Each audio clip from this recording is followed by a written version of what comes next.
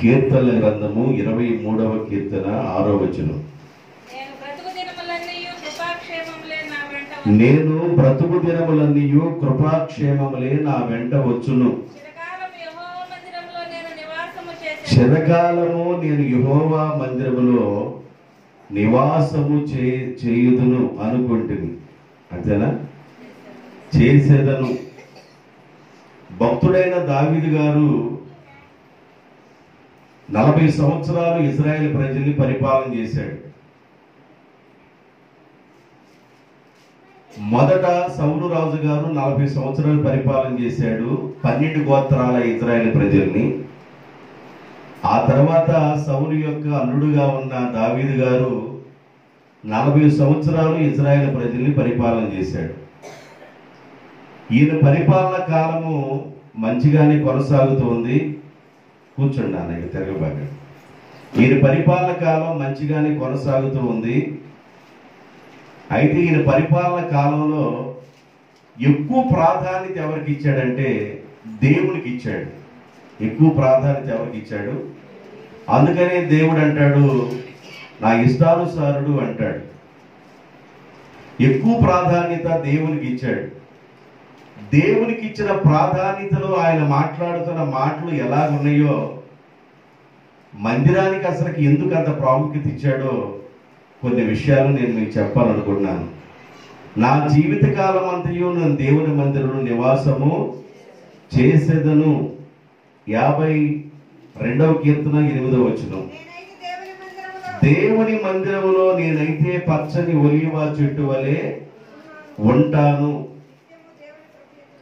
నిత్యము దేవుని కృపయందు నమ్మిక ఉంచి ఉన్నాను. నేనైతే దేవుని మందిరంలో పచ్చని ఒలీవ చెట్టులాగా ఉంటాను. నాకెళ్ళే చూడండి, ఇంతకుముందు పాటలు అయిపోయినాయి, ఇప్పుడు నేను వాక్యంలోకి వెళ్ళా. ఇప్పుడే నేను వెళ్ళింది, మీరు కూడా వెళ్ళిపోతే ఎట్లాగా? ఎవరు వెళ్ళారు? మోతులు పిలవమంటారా?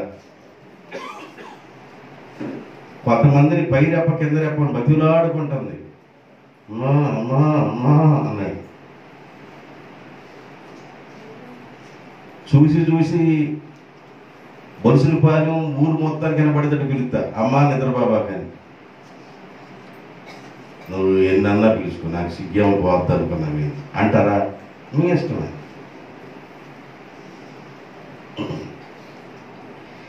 నేను దేవుని మందిరంలో నివాసం చేయాలనుకుంటున్నాను. ఎందుకు చేయాలనుకున్నానంటే, దేవుని మందిరంలోనైతేనే నేను పచ్చగా ఉండగలను. అంటే నా కుటుంబం పచ్చగా ఉండాలన్నా, నా బిడ్డలు పచ్చగా ఉండాలన్నా, నా రాజ్యము పచ్చగా ఉండాలన్నా, నేను చేసే ప్రతి పనిలో దీవెన కలగాలన్నా, నేను దేవుని మందిరంలోనైతేనే పచ్చని ఒలీవ చెట్టు వలె ఉంటాను అన్నాడు. దేవుని మందిరానికి వెళ్ళి ఏం చేయాలి? దేవుని మందిరానికి వెళ్ళి ఏం చేయాలంటే, ఒకటి ఆరాధన చేయాలి. ఒకటి ఏం చేయాలి? ఆరాధన చేయాలి. రెండవది, దేవుడు చేసిన కార్యాలను బట్టి దేవుణ్ణి మహిమపరచాలి. మూడవది, కృతజ్ఞతాస్తుతులు చెల్లించాలి. అంటే చేసిన మేలులు మరిచిపోకూడదు. నాలుగవది, దేవుని ఆశీర్వాదం పొందటానికి మందిరానికి వెళ్ళాలి. ఎన్ని విషయాలు చెప్పాను? 4 విషయాలు చెప్పాను. ఒకటేంది? ఆరాధన చేయడానికి మందిరానికి వెళ్ళాలి. రెండవది, ఆయనను మహిమపరచడానికి మందిరానికి వెళ్ళాలి. మూడవది, దేవుడు చేసిన మేలుల కొరకు కృతజ్ఞతాస్తుతులు చెల్లించడానికి వెళ్ళాలి. నాలుగవది, దేవుని యొక్క ఆశీర్వాదం పొందడానికి దేవుని మందిరానికి వెళ్ళాలి. అంటే దేవుని మందిరానికి వెళ్ళటం వలన కలిగే ప్రయోజనాలు ఎన్నో ఉన్నాయి. ఆశీర్వాదాలు ఉన్నాయి. ఆయన ఆరాధన చేయడానికి వెళ్ళాలి, మహిమపరచడానికి వెళ్ళాలి, దేవుడు చేసిన మేలులకు కృతజ్ఞతాస్తుతులు చెల్లించడానికి వెళ్ళాలి, ఇలాగ దేవుని యొక్క మందిరానికి వెళ్ళాలి. ఇట్లా వెళ్ళాలి అనే సంగతి భక్తుడైన దావీదు గారు చాలా సందర్భాల్లో జ్ఞాపకం చేస్తాడు. దేవుని మందిరములోనైతేనే మేము పచ్చగా ఉంటాము. మేము పచ్చగా ఉండాలంటే దేవుని మందిరానికి వెళ్ళాలి.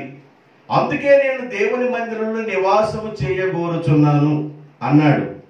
యెషయా గ్రంథం 56:7. మీకు 4 విషయాలు చెబుతాను. దానికంటే ముందుగా ఉపోద్ఘాతం చెప్పాలి కదా. యెషయా గ్రంథం 56:7. నా ప్రార్థనా మందిరములో వారిని ఆనందింపజేసేదను. నా ప్రార్థనా మందిరములో వారిని ఆనందింపజేసేదను. ప్రార్థనా మందిరములో సంతోషం ఉంటుంది. ప్రార్థనా మందిరంలో ఏముంటది? ఒకటి, ప్రార్థనా మందిరంలో పచ్చని ఒలీవ చెట్టు వలె ఉంటాము. రెండో విషయం ఏంటంటే ప్రార్థనా మందిరంలో సంతోషం ఉంటుంది. సంతోషం ఎక్కడ దొరుకుతుందంటే దేవుని దగ్గరే దొరుకుతుంది. ఈ విషయాన్ని తెలుసుకున్న భక్తుడు అంటాడు, ప్రార్థనా మందిరములోనే మేము ఆనందించదము, మేము సంతోషిస్తాము. ప్రార్థనా మందిరానికి వెళితే నీకు ఆనందం కలుగుతుంది. ఆనందం కలుగుతుంది. ఆనందం ఎప్పుడు వచ్చింది? ఈ సంవత్సరం 30 బస్తాలు పండిని అనుకోండి, పోయిన సంవత్సరం 30 పండిని, ఈ సంవత్సరం 40 బస్తాలు పండి అనుకోండి, నీకు ఆనందమా కాదా? ఆనందమే కాదా? ఆనందమే కదా. అలా పండటానికి దేవుడు మంచి గాలినివ్వాలి, తెగుళ్ళను పోగొట్టాలి, మంచి వర్షాన్ని ఇవ్వాలి. ఇలాగన్నీ క్రమముగా ఉన్నప్పుడే మాత్రమే మనకు ఆశీర్వాదాలు వస్తాయి. ఇదంతా దేవుడు చేసే మేలు కనుక దేవుని మందిరములోనే మనకి ఆనందం దొరుకుతుంది. దేవుని మందిరములోనే మనం పచ్చని ఒలీవ చెట్టు వలె ఉండగలము. మనం పచ్చగా ఉండాలన్నా, ఆనందంగా ఉండాలన్నా మందిరానికి వెళ్ళాలి. 84వ కీర్తన 4వ వచనం. 84వ కీర్తన 4వ వచనం. నీ మందిరమునందు నివసించువారు ధన్యులు, వారు నిత్యము నిన్ను స్తుతించెదరు. నీ మందిరములో ఎవరైతే నివాసం చేస్తారో వారు ధన్యులు. ధన్యులుగా పిలువబడేవారు అరుదుగా ఉంటారు. ధన్యులుగా పిలువబడేవాళ్ళు ఎవరయ్యా అంటే మందిరంలో నివాసం చేసేవాడు. మందిరములో ఎవరైతే బ్రతకాలనుకున్నారో, మందిరాన్ని విడిచిపెట్టకుండా ఉండాలనుకున్నారో, మందిరాన్ని ఎక్కువగా ప్రేమించేవాడుగా ఉంటారో వారు ధన్యులు. ఒకటి, మందిరాన్ని ప్రేమిస్తే నువ్వు ధన్యురాలుగా ధన్యుడిగా మార్చబడతావు. 2, మందిరములో సంతోషం దొరుకుతుంది. మందిరంలోనే మనం పచ్చగా ఉండగలవు. ఒకదాని తర్వాత ఒకటి క్లియర్గా చెబుతున్నాను, అర్థం చేసుకోండి. దేవుని మందిరం వల్ల ఉపయోగాలు ఏంది అనగలే, మందిరానికి వెళ్ళటం వల్ల నాకు సంతోషం కలుగుతుంది. మందిరానికి వెళ్తే మేము ధన్యులుగా మార్చబడతాము. మందిరానికి వెళ్ళటం వల్ల మేము పచ్చగా ఉంటాము. 127వ కీర్తన 2వ వచనం. మీరు వేకువనే లేచి చాలా రాత్రి అయిన తరువాత పండుకొనుచు మీరు కష్టార్జితమైన ఆహారము తినుచుండట వ్యర్థం. ఈ మాట ఎందుకు పలికాడు ఆయన? మీరు వేకువనే లేచి చాలా రాత్రి అయిన తర్వాత మీరు పడుకుంటున్నారు, మీ కష్టార్జితం చేతే మీరు పోషించబడుతున్నారు, అది వ్యర్థము అన్నాడు. దాని అర్థం ఏంటంటే దేవునిని ఆరాధించకుండా, దేవుని సన్నిధికి వెళ్లకుండా ఒకవేళ మీరు ఉన్నట్లయితే మీ కష్టార్జితం కూడా వ్యర్థమైపోతుంది కదా అన్నాడు. అది దాని భావన. మీరు వేకునే లెగుస్తున్నారు, మంచిదే. చాలా రాత్రి అయిన తర్వాత పడుకున్నారు, మంచిదే. మీ కష్టార్జితాన్ని తింటున్నారు, మంచిదే. అయితే మీకేమవుతుంది? మీ కష్టార్జితం వ్యర్థమైపోతుంది అన్నాడు. అంటే వ్యర్థం కావడానికి గల కారణం ఏంటంటే మనము దేవునికి ఇవ్వవలసిన ప్రయారిటీ దేవునికి ఇవ్వటంలా, దేవునికి ఇవ్వవలసిన సమయాన్ని దేవునికి ఇవ్వటంలా. ఆదివారం 2:30 గంటల ప్రార్థన ఉండేది. 11:30కి స్టార్ట్ అయింది, 12:30, 1:30, 2 గంటలకల్లా ముగించబడింది. 2:30 గంటల ప్రార్థనలో 1 గంట పాటలు ఉంటాయి. కీర్తన భాగం ఒక 10 నిమిషాలు ఉంటుంది. ఆ తర్వాత 45 నిమిషాలు 1 గంట వాక్యం ఉండిద్ది. ఆ తర్వాత చిన్న ప్రార్థన చేస్తా వెళ్ళిపోతారు. అదేగా 2:30 గంట కూడా వారానికి ఒకసారి ఇవ్వలేక, 2:30 గంట కూడా దేవునికి సమయాన్ని కేటాయించలేకపోతే నీ కష్టార్జితం కూడా నీవు అనుభవించలేనట్లుగా ఉంటావని బైబిల్ చెబుతుంది. నేను చెప్పటం లేదు, బైబిల్ చెబుతున్న మాట చెబుతున్నా. ఒకసారి పౌలు గారు చెబుతున్నారు అనుకుంటారు ఒకళ్ళు. నేను ఒక గ్రామానికి వెళ్ళి వాకింగ్ చెబితే పాస్టర్ గారు నా గురించే చెబుతున్నాడు అనుకున్నారు. పాస్టర్ గారికి ఏం పని? ఆ గ్రామం వాళ్ళు నాకేం తెలుసు? వాక్యములో ఉన్నది మాట్లాడతాం, ఉన్నది చెబుతాం. కాబట్టి వాక్యం ఏం చెబుతుంది? భక్తుడైన దావీదు అంటాడు, దేవుని మందిరంలో నేను నివాసం చేయాలనుకున్నాను. ఎందుకంటే దేవుని మందిరంలోనైతే నేను పచ్చగా ఉంటాను, దేవుని మందిరంలో నాకు సంతోషం దొరుకుతుంది. దేవుని మందిరంలో సంతోషం తర్వాత పచ్చగా ఉంటాను, సంతోషం దొరుకుతుంది. సంతోషమైంది, ఆనందమైంది. ధన్యులుగా మార్చబడతారు. 3 విషయాలు చెప్పాను. ధన్యులుగా మార్చబడతాము, సంతోషం ఉంటుంది, పచ్చగా ఉంటాం. ఒకవేళ దేవుని యొక్క మందిరాన్ని కానీ నువ్వు అలక్ష్యం చేసినట్లయితే, దేవుని సన్నిధికి వెళ్ళటం అలక్ష్యం చేసినట్లయితే, నువ్వు సంపాదించిన సంపాదన కూడా వ్యర్థము కదా అన్నాడు. అయితే దేవుని మందిరానికి నేను 4 విషయాలు చెప్పాను. ఒకటి, ఆరాధన చేయడానికి వెళ్ళాలి, మహిమపరచడానికి వెళ్ళాలి, కృతజ్ఞతలు తెలియజేయడానికి వెళ్ళాలి, ఆశీర్వాదం పొందడానికి వెళ్ళాలి. ఆ 4 చెబుతా. ఆ 4 చెప్పడానికి ముందుగా దేవుని మందిరానికి మనం ఎలా వెళ్ళాలి, వెళ్ళిన తర్వాత చేసే పనులు అవి, అసలు ఎలా వెళ్ళాలి? ఇర్మియా గ్రంథం 17వ అధ్యాయం 26వ వచనం. 17వ అధ్యాయం 26వ వచనం. మరియు జనులు దహన బలులను, బలులను, నైవేద్యములను, ధూపద్రవ్యములను తీసుకొని యోధా పట్టణములో నుండి, యెరూషలేము యొక్క ప్రాంతములో నుండి, బెన్యామీను దేశములో నుండి, మైదానములో ఉన్న దేశములో నుండి, మన్యములో నుండి వచ్చెదరు. యెహోవా మందిరమునకు స్తుతియాగ ద్రవ్యములను తీసుకొని వచ్చెదరు. అంటే చెప్పిన ప్లేసులన్నిటిలో నుండి దేవుని మందిరానికి ఎలా వస్తారంటే స్తుతియాగ ద్రవ్యములను తీసుకొని వస్తారు. అంటే స్తుతియాగం అంటే ఏంటి? స్తుతియాగం అంటే నోటి ద్వారా చెల్లించేదే స్తుతియాగం. జెహోవా ఫలము, నోటి ద్వారా చెప్పేది స్తుతియాగం. స్తుతియాగ ద్రవ్యములను తీసుకొని వస్తారు. అంటే దేవుని మందిరానికి వస్తూ నువ్వు స్తోత్రాలు చెల్లిస్తూ దేవుని మందిరానికి రావాలి. స్తోత్రం చెల్లింతుము, స్తుతి స్తోత్రం చెల్లింతుము, యేసునాథుని మేలు తలచి, యేసునాథుని స్తోత్రం చెల్లించెను.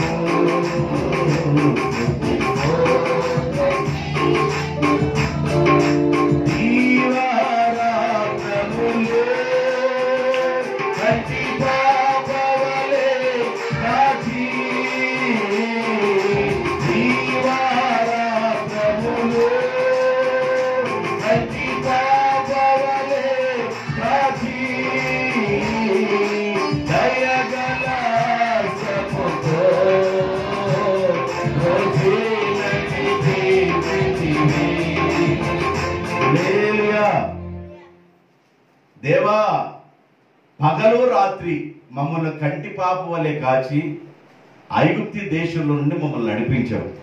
పగలు మేఘస్తంభము, రాత్రి అగ్నిస్తంభము. దీవారాత్రం అంటే పగలు రాత్రి. పగలు మేఘస్తంభము, రాత్రి అగ్నిస్తంభంగా ఉండి మమ్మల్ని కాచి నడిపించావు. ఎంతో జాగ్రత్తగా నడిపించావు. అరణ్య ప్రదేశంలో ప్రజలు, మైదానంలో ఉన్న ప్రజలు, రకరకాల ప్రాంతాల్లో ఉన్న ప్రజలందరూ స్తుతియాగ ద్రవ్యములను తీసుకొని మందిరానికి రావాలి. ఎందుకు రావాలంటే ఎన్నో చిక్కుల్లో నుండి, ఎన్నో సమస్యల్లో నుండి, ఎన్నో కష్టకాలాలు బాధల్లో నుండి, పాప శాప కోపము నుండి ప్రభు మనల్ని విడిపించాడు కనుక దేవుని మందిరానికి నన్ను విడిపించినందుకు స్తోత్రమయ్యా. శాపము నుండి నన్ను విడిపించావు, పాపము నుండి నన్ను విడిపించావు, నాకున్న చిక్కులన్నిటి నుండి నన్ను విడిపించావు, నీ సన్నిధికి వస్తున్నాను ప్రభు అని దేవుని మందిరానికి ఎలా రావాలంటే ప్రజలు స్తుతియాగ ద్రవ్యములను తీసుకొని రావాలి. ఎట్లా రావాలంట? స్తుతియాగ ద్రవ్యములను తీసుకొని దేవుని మందిరానికి రావాలి. ఎందుకు రావాలి దేవుని మందిరానికి? అలాగా బైబిల్ చెబుతుంది 84వ కీర్తన 10వ వచనం, నీ ఆవరణములో ఒక్క దినము గడుపుట 1000 దినాల కంటే శ్రేష్టమైనది. నీ ఆవరణములో ఒక్క దినము గడుపుట 1000 దినాల కంటే శ్రేష్టమైనది. కనుక దేవుని యొక్క మందిరములో ఒక్క రోజు గాని మనం గడిపితే అది 1000 రోజులతో సమానము. దేవుని మందిరము చాలా ప్రాముఖ్యమైంది. ఒక్క రోజు దేవుని మందిరంలో మనం గడిపితే అది 1000 రోజుల కంటే శ్రేష్టమైనది. కనుక దేవుని యొక్క మందిరానికి మనం అలా వెళ్ళాలి. మీకు ఎంతవరకు ఏం చెప్పానంటే ఉపోద్ఘాతం చెప్పాను. నేను దేవుని మందిరంలో నివాసం చేయాలనుకుంటున్నాను. ఎందుకు నాయన అంటే పచ్చగా ఉంటాను, అక్కడ సంతోషంగా ఉంటాను, ధన్యులుగా పిలువబడతాం. ఎలా వెళ్ళాలి? స్తుతియాగము చేయొచ్చు, దేవుని మందిరానికి వెళ్ళాలి. అలాగ దేవుని మందిరానికి వెళ్ళాలి.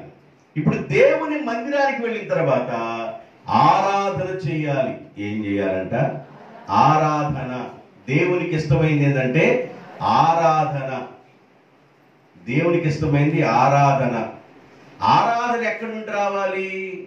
హృదయములో నుండి రావాలి.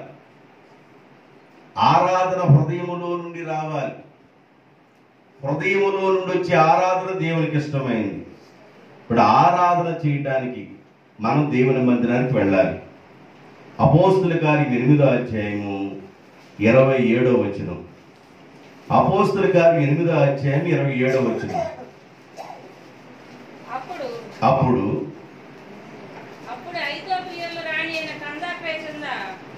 ఐతోపియుల రాణి అయిన కందాకే క్రింద మంత్రి అయి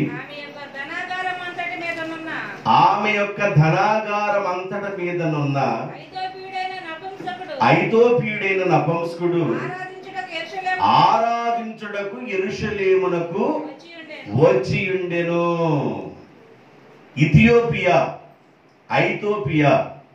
ఇథియోపియా నుండి ఎక్కడికి వెళుతున్నాడు దేవుణ్ణి ఆరాధించడానికి? యెరూషలేముకు వెళుతున్నాడు. దేవుని మందిరానికి, దేవుణ్ణి ఆరాధించడానికి వెళ్ళాలి.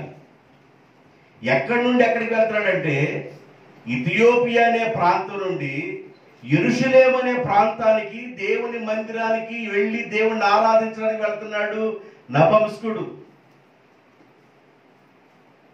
ఇథియోపియా రాణి గారు కూడా వెళుతుంది. దేవుని యొక్క సన్నిధానానికి వెళుతున్నారు దేవుణ్ణి ఆరాధించడానికి. ఒక ప్రాంతం నుండి మరి ఒక ప్రాంతానికి దేవుణ్ణి ఆరాధించడానికి వెళుతున్నారు. దేవుని బిడ్డలారా, దేవుని మందిరం మనకి ఎంత దూరం ఉంది? దేవుని మందిరము మనకు ఎంత దూరంలో ఉంది? దేవుని మందిరం విజయవాడలో ఉంటే మనం అక్కడికి ఏమైనా రమ్మంటున్నాడా దేవుడు? దేవుని మందిరం విజయవాడలో ఉంటే వేకుందామని 4 గంటలకల్లా పని చేసుకొని 9 గంటలకల్లా ఆరాధన కాబట్టి చెరుగుపల్లి 6 గంటల బస్సు ఎక్కి తెనాల్లో దిగి, ఆ తర్వాత తెనాల్లో బస్సు ఎక్కేసి విజయవాడ దిగి, ఆ తర్వాత ఆటో వేసుకొని దేవుని మందిరానికి వెళ్ళి అంత దూరం వెళ్ళి ఆరాధన చేయమంటున్నాడు దేవుడు. నీకు దేవుని మందిరం చాలా దగ్గరలో, సమీపంలో ఉంది. నేను ఎందుకు ఈ మాట చెబుతున్నానంటే ఇథియోపియా ఆ ప్రాంతం నుండి యెరూషలేము ప్రాంతానికి వెళ్ళిపోయి దేవుణ్ణి ఆరాధించడానికి వెళుతున్నారు. వాళ్ళు దేవుణ్ణి కొనియాడటానికి వెళుతున్నారు. దేవుణ్ణి ఆరాధించడానికి వాళ్ళు బయలుదేరి వెళుతున్నారు. దేవుని మందిరానికి ఎందుకు వెళ్ళాలంటే దేవుణ్ణి ఆరాధన చేయటానికి వెళ్ళాలి. ఎట్లా వెళ్ళాలి? ఆరాధన చేయడానికి వెళ్ళాలి. అపోస్తుల కార్యం 18వ అధ్యాయము 13వ వచనం. అపోస్తుల కార్యం 18వ అధ్యాయము 13వ వచనం. అమ్మా అపోస్తలుడైన పౌలు గారు అంటున్నారు అక్కడ ఉన్న వాళ్ళు యూదులు, వీడు ధర్మశాస్త్రమునకు వ్యతిరేకముగా దేవుణ్ణి ఆరాధించుటకు జనులను ప్రేరేపించుచున్నాడని చెప్పిరి. ధర్మశాస్త్రానికి వ్యతిరేకంగా దేవుణ్ణి ఆరాధించుచున్నాడు వీడు. అపోస్తలుడైన పౌలును పట్టుకొని యూదులు అన్నారు, వీడు ధర్మశాస్త్రానికి వ్యతిరేకంగా ఒక ఆరాధన ప్రారంభించాడు. మనకి మోషే ధర్మశాస్త్రం ఇచ్చారు, దాన్ని బట్టే మనం ముందుకు కొనసాగుతున్నాం. మోషే ధర్మశాస్త్రం ఏముంది? ఒక పొందెర కొడితే 2 పళ్ళు ఎరగొట్టు, వాడు ఒక చెంప మీద కొడితే నీ చేత 2 చెంపలు బాధ వదిలిపెట్టు. అది మోషే ధర్మశాస్త్రం. కానీ యేసు ప్రభు వచ్చిన తర్వాత ఏం చెప్పాడు? ఒక చెంప మీద కొడితే 2వ చెంప చూపించు అన్నాడు. తిరిగి కొట్టొద్దల్లా, కొట్టబాకండి అన్నాడు. ఒక చెంప కొడితే 2వ చెంపను కూడా చూపించు. ఒక అంగీ అడిగితే నువ్వు కలిగి ఉన్న 2 అంగీల్లో ఒక అంగీ ఇవ్వమన్నాడు. ఎన్నో నీతి సూత్రాలు, నీతి పాఠాలు నేర్పించారు ప్రభు అయిన యేసుక్రీస్తు. అయితే అప్పుడున్న యూదులు అంటున్నారు, యేసు ప్రభు యొక్క బోధన పక్కన పెట్టేసి ధర్మశాస్త్రం ఉన్న బోధన చేయకుండా ఎవరో కొత్త ఆరాధన నేర్పిస్తున్నాడు మనకి. అవును, పౌలు గారు కొత్త ఆరాధన నేర్పిస్తున్నాడు. ఏందయ్యా కొత్త ఆరాధన అంటే? ఆయనను ఆరాధించువారు ఆత్మతోను సత్యముతోను ఆరాధించాలి. దేవునికి స్తోత్రం. ఆయన ఆరాధించేవారు ఆత్మతో సత్యముతో ఆరాధించాలి. ఇశ్రాయేలులారా, యెరోబోము రాజుగా ఉన్నప్పుడు యెరూషలేముకు వెళ్ళిపోయి దేవుణ్ణి ఆరాధించనీయకుండా ఈ వైపున ఒక దూడ, ఆ వైపు ఒక దూడ పెట్టి, ఈ దూడలే మనల్ని నడిపించిని అని, వీళ్ళే దేవుళ్ళని ఆరాధించమని ఆ రోజు యెరోబోము చెప్పినప్పుడు అడ్డుపడలేదే వీళ్ళు. అలాగే వాళ్ళు ఆరాధన చేయడం ప్రారంభించారు. యెరోబోము చెప్పినట్లుగా విగ్రహారాధన ప్రారంభమైంది. అక్కడ ఒక దూడను పెట్టారు, ఇక్కడ ఒక దూడను పెట్టారు. యెరూషలేముకు వెళ్ళనీయకుండా యెరోబోము పెట్టిన, రాజుగారు పెట్టిన దూడను ఆరాధించారు. ఆ రోజు ప్రశ్న వేయలా, ఆ రోజు వాళ్ళు అడగల, ఆ రోజు నోటికి మూతికి కుట్లేసుకున్నారు. ఈ రోజున పౌలు గారు వచ్చి వాక్యం ప్రకటిస్తుంటే వీడు, అసలు వీడనే పదాన్ని వాడటానికి కూడా తగిన వాడు కాదు వాడు. ఎందుకంటే ఇది ధర్మశాస్త్రం అంతా వాళ్ళకంటే బాగా తెలుసు. ఎవరికంటే? మాట్లాడేవాళ్ళకంటే కూడా బాగా క్షుణ్ణంగా తెలుసు పౌలు గారికి ధర్మశాస్త్రం.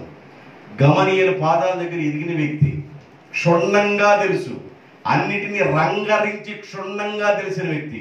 అయితే దమస్కో పట్టణానికి వెళుతున్నప్పుడు దేవుని చేత దర్శించబడి దేవుని స్వరాన్ని విని దేవుని వెలుగును చూసి యేసు ప్రభు కొరకు పట్టబడ్డాడు. దర్శనం ద్వారా పట్టబడ్డాడు. కాబట్టి ఎక్కడ నిలబడినా యేసయ్య గురించి సవాలుకరంగా చెబుతూ ఉండేవాడు అపోస్తలుడైన పౌలు. మీరు ఎన్నన్నా అనుకోండి, వీడు ధర్మశాస్త్రం వ్యతిరేకంగా బోధిస్తున్నాడు, కొత్త ఆరాధన ప్రారంభించాడని మీరు ఏమన్నా అనుకోండి, యేసు ప్రభు ఆరాధన కొత్త ఆరాధనే.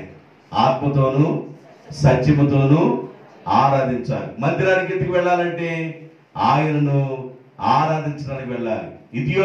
ఇథియోపియా దేశము నుండి యెరూషలేము దేశానికి, యెరూషలేము ప్రాంతానికి నపుంసకుడు, ఆ కందకే రాణి, వాళ్ళందరూ వెళ్ళారంటే దాని అర్థం ఏంటంటే ఆరాధన చేయడానికే వెళ్ళారు. దేవుణ్ణి ఆరాధన చేయడానికి మందిరానికి రావాలి. 15వ అధ్యాయం మత్తయి సువార్త 9వ వచనం.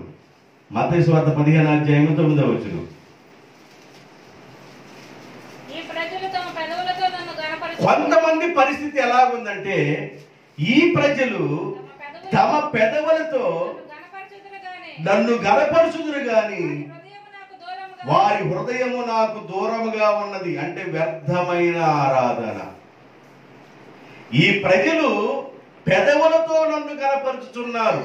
అయ్యా తండ్రి, భూమికి ఆకాశానికి మధ్య సూర్యుడిని, చంద్రుడిని, నక్షత్రాలను వేలాడదీసిన దేవుడు నాయన, కొండలను, పర్వతాలను, చెట్లను, పక్షులను, జలచరాలను ఇవన్నీ కలుగు చేసిన దేవుడు అని చక్కగా మాట్లాడుతున్నారు. కానీ పెదాలతో వీళ్ళు వ్యర్థముగా ఆరాధన చేస్తున్నారు.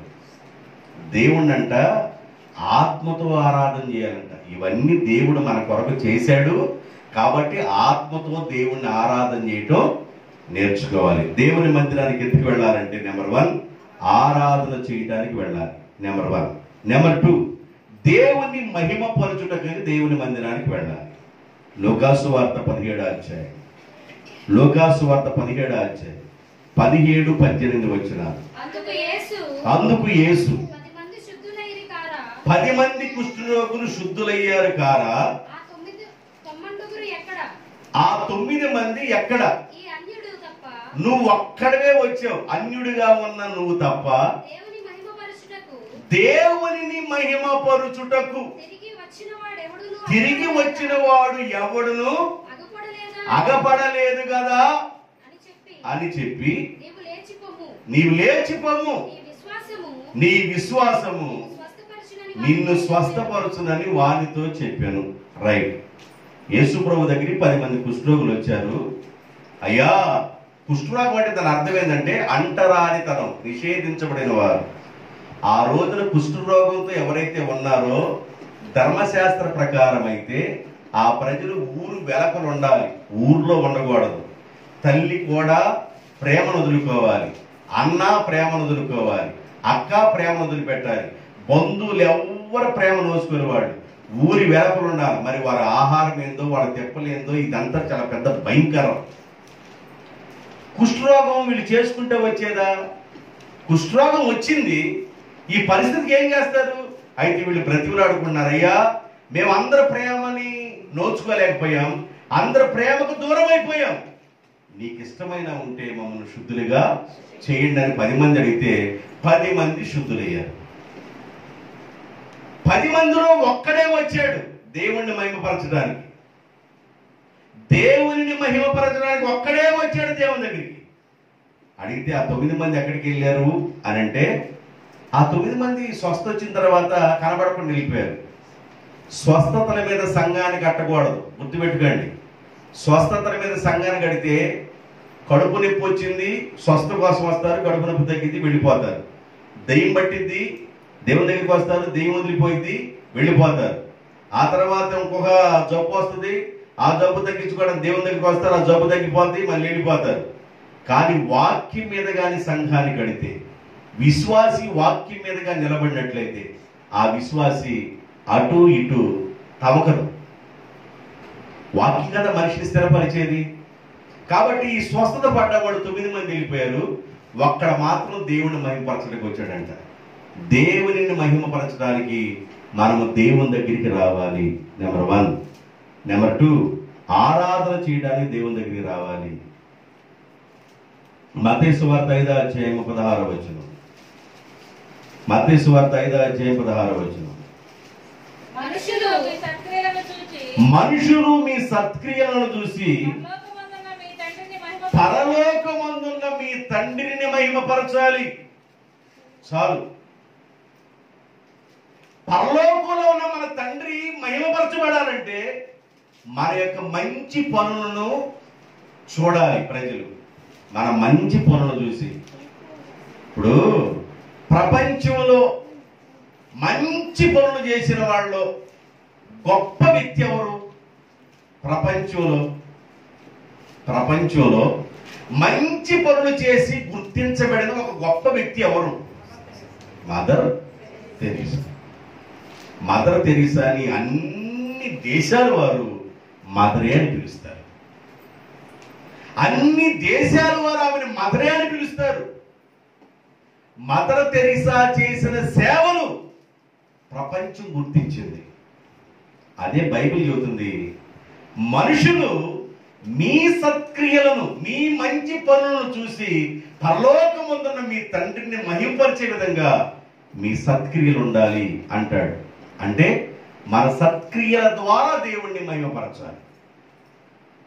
దేవుణ్ణి మహిమపరచడానికి దేవుని సన్నిధి కనబడాలి. మన సత్క్రియలు, మంచి పనులు చేయటం ప్రారంభించండి. మంచి పని చేయడానికి ఇష్టపడండి.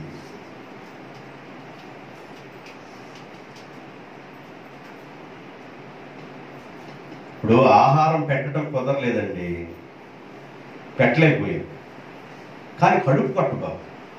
నా మాట అర్థమైందా? ఆహారం పెట్టడం నీకు కుదరలా, కానీ ఏదో వాళ్ళు చిన్న జీవనోపాధి ద్వారా ఆహారం ద్వారా కడుపు నింపుకుంటున్నారు.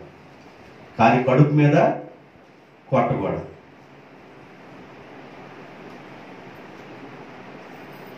నా మాటలు అర్థమవుతున్నాయా? మన సత్క్రియను చూసి దేవుడు మహిమపరచబడాలి. రోమీయులు రాసిన పత్రిక 15వ అధ్యాయము 8వ వచనం,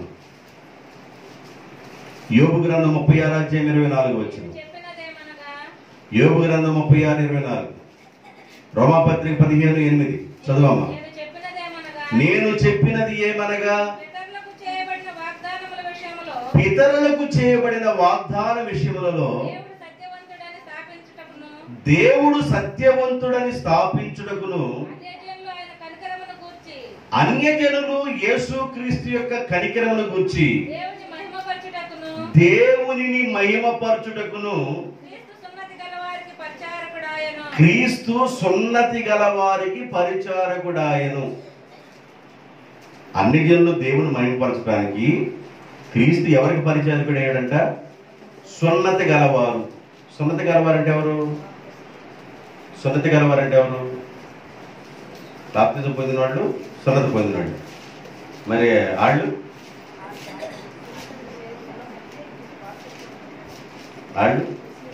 యేసు ప్రభు సున్నతి పొందాడు లేదా? 8వ రోజు యేసు ప్రభు సుంతి పొందాడు, సున్నతి పొందాడు. ఇదంతా సున్నతి అంటే అప్పుడు ఆది కాలం దగ్గర నుంచి మన పితరులందరూ సున్నతి ద్వారా వాగ్దానం చేయబడిన వాళ్ళు, నిబంధన ప్రజలు. మన పితరులందరూ సున్నతి ద్వారా దేవుడు నిబంధన చేసుకున్నాడు. ఒరే బాబు మీరు నా పిల్లలు అనటానికి గుర్తు ఏంటంటే సున్నతి అన్నారు. ఇప్పుడు సున్నతి పొందిన వారికి కూడా దేవుణ్ణి మహిమపరచినట్లుగా యేసుక్రీస్తు వారికి ఏమైపోయాడు? పరిచారకుడాయను. అన్యులు దేవుణ్ణి మహిమపరచడానికి యేసుక్రీస్తు సున్నతి పొందిన వారికి పరిచారకుడయ్యాడు. ఎందుకు దేవుని సన్నిధికి మనం రావాలంటే అన్యులు కూడా దేవుణ్ణి మహిమపరచాలి. మన సత్క్రియల ద్వారా దేవుణ్ణి మహిమపరచాలి. స్వస్థత పొందినవాడు దేవుణ్ణి మహిమపరిచాడు. ఎందుకు దేవుని దగ్గరికి రావాలంటే దేవుణ్ణి మహిమపరచడానికి. యోబు గ్రంథంలో ఒక మాట చెప్పాను కదా, యోబు గ్రంథంలో ఒక మాట చెప్పాను. మనుషులు కీర్తించిన ఆయన కార్యములను మహిమపరచుటకై నువ్వు జాగ్రత్త పడుము. ఆయన కార్యములను మహిమపరచడానికి నువ్వు జాగ్రత్త పడుము. దేవుని కార్యాలను నువ్వు గుర్తించాలి. దేవుని కార్యాలను గుర్తించడానికి నువ్వు జాగ్రత్త పడాలి. దేవుని కార్యాలను బట్టి నువ్వు దేవుని మహిమపరచాలి. దేవుని కార్యాలు ఏంది? ఈ భూమి మీద ఎన్నో విచిత్రమైన అద్భుతమైన కార్యాలు ఉన్నాయి. దేవుని కార్యాలు. వజ్రాలు ఎక్కడి నుంచి వస్తున్నాయి? వజ్రాలు ఎక్కడి నుంచి వస్తున్నాయి చెప్పండి? భూమిలో నుండే. బంగారం ఎక్కడి నుంచి వస్తుంది? వెండి ఎక్కడి నుంచి వస్తుంది? ఇవన్నీ. తీపి ఎక్కడి నుంచి వస్తుంది?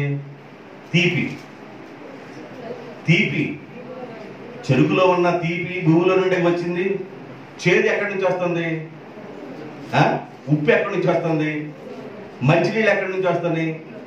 అసలు దేవుడు గట్టి యువతలేస్తే మంచినీళ్ళు పడ్డాయంటే, గట్టి యువతలేస్తే ఉప్పు నీళ్ళు పడ్డాయంటే. విచిత్రం ఏంది? అర్థమవుతుందా? ఒక అతను గట్టు యువతలేస్తే పైపు మంచినీళ్ళు పడ్డాయి, గట్టి యువతలేస్తే ఉప్పు నీళ్ళు పడ్డాయి. ఆశ్చర్యం. భూమిలో జలధారలు ప్రవహిస్తూ ఉంటాయి.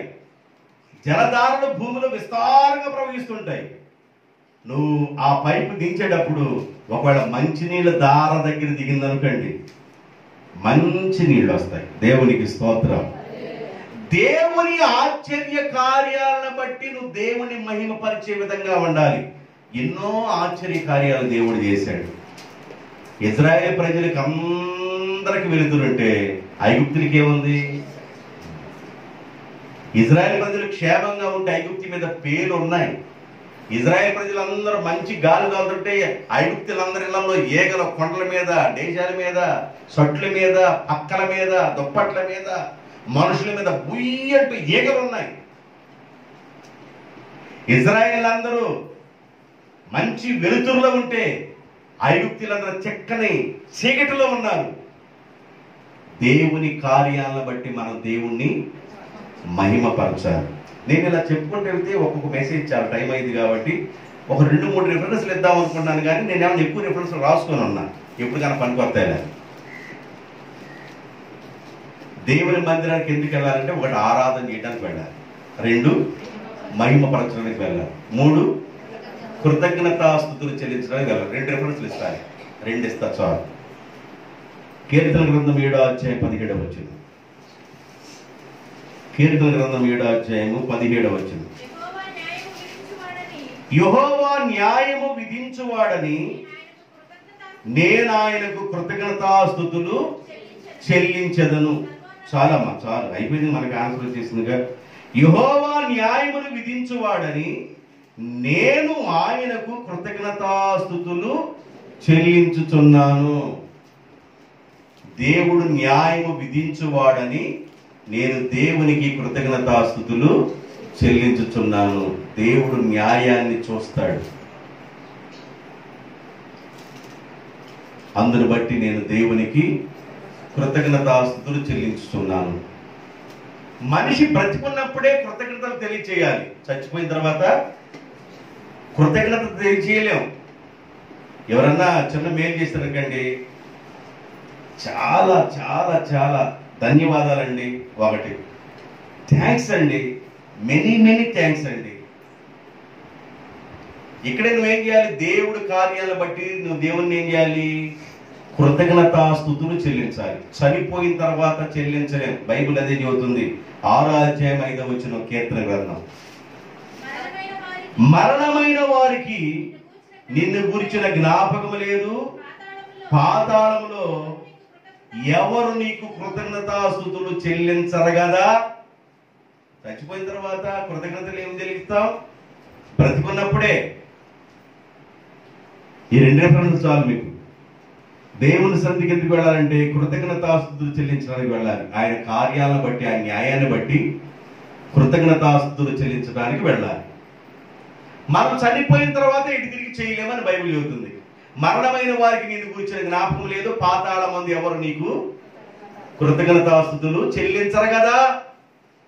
కాబట్టి చచ్చిపోక ముందే నువ్వేం చేయాలంటే కృతజ్ఞత కలిగి ఉండాలి. అంటే దేవుడు చేసిన మేలుని నువ్వు ఎప్పుడు జ్ఞాపకం చేసుకోవాలి. నాకెన్నో పాడండి, బంగారు పనులతో 1 వచనం పాడండి. Start, ready, 1 2 3.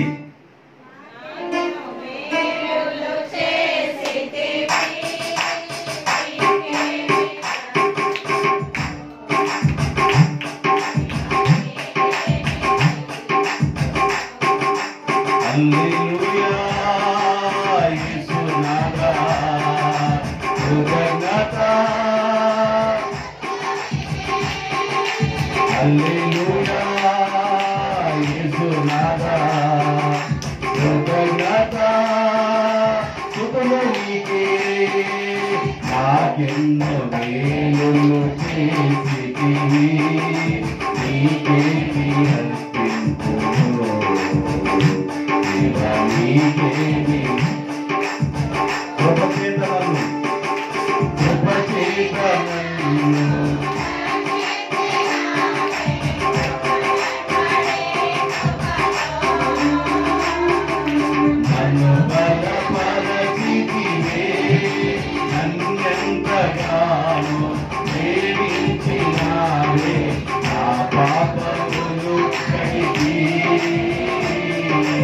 పరిశుద్ధ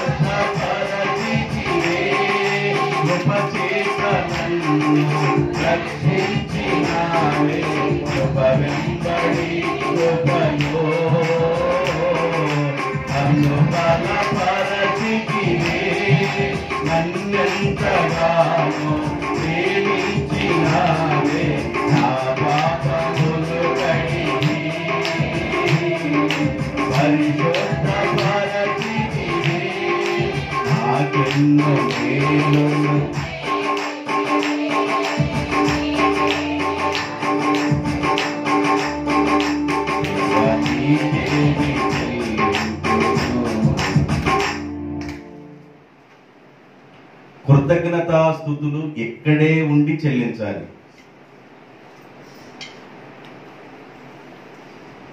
బాగా ఉమ్మతి వేస్తుంది, బాగా ఉమ్మతి వేస్తుందంటే నువ్వేం చెబుతావు? సాయంకాలానికి చెప్పండి, సాయంకాలానికి ఏమొచ్చింది? బాగా ఎండేసి బాగా ఉమ్మతి వేసింది. దేవా ఈ ఎండను బట్టి వందనాలు తండ్రి, స్తోత్రాలు స్తోత్రాలు. గాలితో అక్కడ బిగేసినందుకు స్తోత్రం స్తోత్రం అంటావా? ప్రభువా దక్షిణపు గాలి ఇప్పుడు తోలిద్దు నాయన. దక్షిణపు గాలి అంట ప్రాణాన్ని ఏం చేసిద్దంట? తెప్పరలా చేసిద్దంట. దక్షిణం నుండి వచ్చే గాలి ప్రాణాన్ని తెప్పరలా చేసిద్దంట. గాలి దేవుడా గాలి దేవుడా గాలి దేవుడా అనకూడదు. గాలిని అనుగ్రహించే దేవుడు ఉన్నాడు. ఆయన ఎవరంటే సర్వ సృష్టికర్త, సర్వంతర్యామి.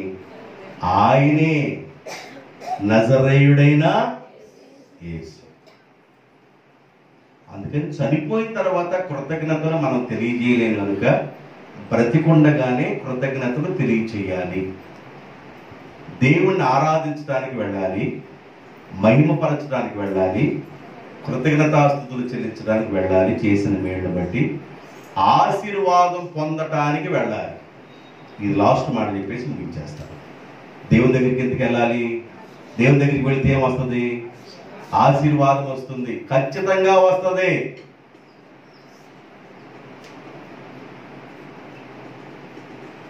నేను వాక్యాలు పెడుతూ ఉంటాను కొంతమందికి,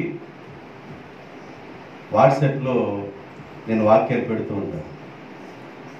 పెట్టే ప్రతి వాక్యం దేని గురించి ఎక్కువ పెడతానంటే ఆశీర్వాదము అనే పదాల గురించే పెడతాను. నువ్వు పదే పదే పదే పదే మాట్లాడుతూ ఉండు, అది నీకు అవుతుంది. లేచిన దగ్గర నుండి నా వల్ల ఏం కాదు, నేనేం చేయలేను, నా వల్ల ఏం కాదు, నేనేం చేయలేని సంవత్సరం అంతా చెప్పుకుంటున్నావు అనుకోండి, నువ్వేం చేయలేవు.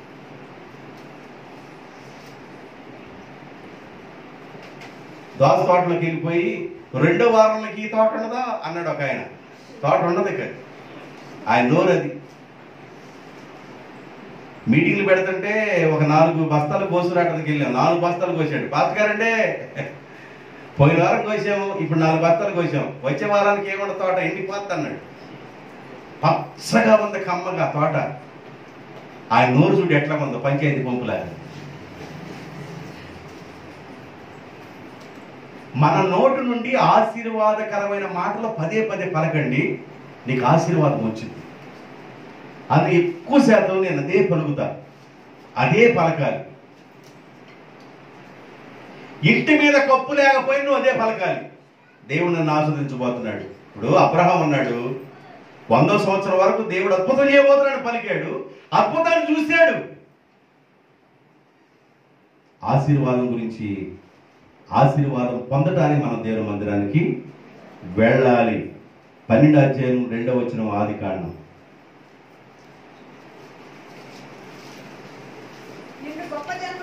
నిన్ను గొప్ప జనముగా చేసి నిన్ను ఆశీర్వదిస్తాను. చాలు. నువ్వు బబులోను ప్రాంతంలో ఉన్న ఊరనే ప్రాంతాన్ని వదిలి నా దగ్గరకు వచ్చేవు గనుక, నన్ను వెంబడిస్తున్నావు గనుక, నా మాట విన్నావు గనుక భూలోకంలో ఉన్న జనుల కంటే నిన్ను ఆశీర్వదిస్తాను. అంతే. దేవుని దగ్గరికి వస్తే ఆశీర్వాదం అంతే. వదిలేయాల్సింది వదిలేశాడు, ఇల్లు వదిలేశాడు, రక్త సంబంధం వదిలేశాడు. వాడు నానన్నాడు, ఒరే నువ్వు వెళితే నేను ఎక్కడ ఒక్కడే ఎడ ఉండగలను రా అన్నాడు. ఆ నాన్నకి 3 పిల్లలు ఉన్నారు. 3 పిల్లలు. అబ్రహాం యొక్క నాన్నగారు అని తేరాకి 3 పిల్లలు ఉన్నారు. 3 పిల్లల పేర్లు చెప్పండి. నాహోరు, హారాను, అబ్రహాం. దానికి పెద్దగా ఆలోచిస్తున్నారేంటి? తేరాకు 3 పిల్లలు ఉన్నారు. ఆ 3 పిల్లల పేరు అబ్రహాము, ఎట్టకని తిరగమవుతాయి, నాహోరు, హారాను. 3 పిల్లలు ఉన్నారు. ఈ 3 పిల్లల్లో అబ్రహాం అంటాడు, నువ్వు లేకుండా నేను ఉండలేను రా అన్నాడు. నాహోరు లేడా?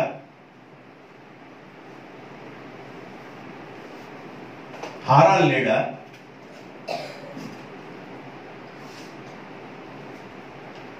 అయితే దేవుడు అబ్రహామునే పిలిచాడు, నువ్వు నా మాట వినరా అన్నాడు. వాళ్ళ డాడీ కూడా అంటే తేరహు కూడా అబ్రహాముతో వచ్చాడు. అబ్రహాముతో ప్రయాణం చేసి వచ్చినందుకు దేవుడు ఏమనలేదు, కానీ దేవుడు మాట్లాడటం మానుకున్నాడు. తేరహు చనిపోయిన తర్వాత మరలా దేవుడు అబ్రహామును దర్శించెను అని రాయబడింది. దర్శించి, నీవు నా మాట విని అందరిని వదిలిపెట్టి వచ్చావు కనుక భూలోకములో నేను నిన్ను ఆశీర్వాదకరమైన జనముగా చేస్తాను. నా దగ్గరికి వచ్చావు కనుక నేను నిన్ను ఆశీర్వదిస్తాను. అంతే. దేవుని దగ్గరికి వస్తే ఆశీర్వాదం. ఎందుకు రావాలి? ఆరాధించడానికి. ఎందుకు రావాలి? మహిమపరచడానికి. ఎందుకు రావాలి? కృతజ్ఞతాస్తుతులు చెల్లించడానికి. ఎందుకు రావాలి? ఆశీర్వాదం పొందడానికి. ఒక రిఫరెన్స్ చాలదా మీకు? సరిపోయింది అనుకుంటున్నా నేను. ఇంకో రిఫరెన్స్ ఇస్తాను, ప్రార్థన చేసుకుందాం. 23వ అధ్యాయము ద్వితీయోపదేశకాండం 5వ వచనం. ద్వితీయోపదేశకాండం 23వ అధ్యాయం 5వ వచనం. అయితే నీ దేవుడైన యెహోవా బిలాము మాట విననొల్లకుండెను. నీ దేవుడైన యెహోవా నిన్ను ప్రేమించెను గనుక, నీ దేవుడైన యెహోవా నిమిత్తము ఆశీర్వాదకరముగా చేసిన. దేవుడు ఎవరి మాట వినలేదంట? బిలాము మాట వినకుండా శాపాన్ని దేవుడు ఆశీర్వాదకరంగా మార్చాడు. ఎందుకు మనం దేవుని దగ్గర రావాలంటే మన శాపము తొలగిపోయి ఆశీర్వాదం పొందడానికి దేవుని దగ్గరికి రావాలి. మీకు చాలా మాటలు చెప్పాను, ఎంతవరకు గుర్తుందో నాకు తెలియదు. భక్తుడైన దావీదు గారిని జ్ఞాపకం చేశాను. నేను చిరకాలం యెహోవా మందిరంలో నివాసం చేయాలనుకున్నాను. ఎందుకు నాయనా అంటే పచ్చగా ఉంటాను, సంతోషం ఆడుంటుంది. మూడవది, ధన్యులుగా పిలువబడతాం. దేవుని మందిరానికి ఎలా వెళ్ళాలంటే స్తుతియాగము చేయించు దేవుని మందిరానికి వెళ్ళాలి. చాలా విషయాలు ఉన్నాయి. ఎందుకు వెళ్ళాలంటే ఒక్కరోజు దేవుని మందిరంలో గడిపితే 1000 రోజుల కంటే శ్రేష్టమైంది. అంతవరకు ఉపోద్ఘాతం చెప్పాను, దాంట్లో 4 పాయింట్లు చెప్పాను. 1, ఆరాధన చేయడానికి వెళ్ళాలి. 2, మహిమపరచడానికి వెళ్ళాలి. చేసిన మేలును బట్టి కృతజ్ఞతాస్తుతులు చెల్లించడానికి వెళ్ళాలి. 4, ఆశీర్వాదం పొందడానికి వెళ్ళాలి. దేవుడి మాటలు దీవించుగా. అందరూ తరల వంచండి, ప్రార్థన చేసుకుందాం. తరల వంచండి. 1 నిమిషం పాటు అందరూ ప్రార్థన చేయండి. స్పష్టంగా లేఖనం అర్థమయ్యే రీతిలో నీకు బోధించబడింది.